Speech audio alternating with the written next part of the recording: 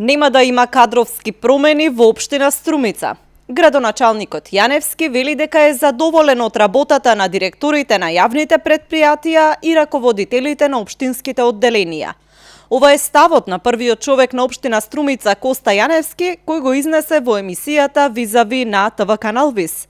Според Јаневски, трите општински јавни предпријатија добро ја убавуваат својата функција. Меѓутоа, со овој капацитет, со ваква организациона поставеност, мислам дека раководството таму дава максимални напори да постигне онаа што може да се постигне и јас немам причини да не бидам задоволен.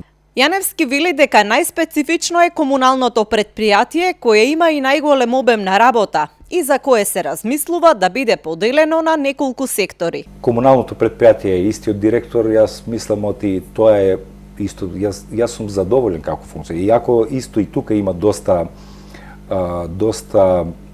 како би кажал сугестии, можеби критики секако за некои моменти или од областа што јавното предпријатие Комуналец ги обаува.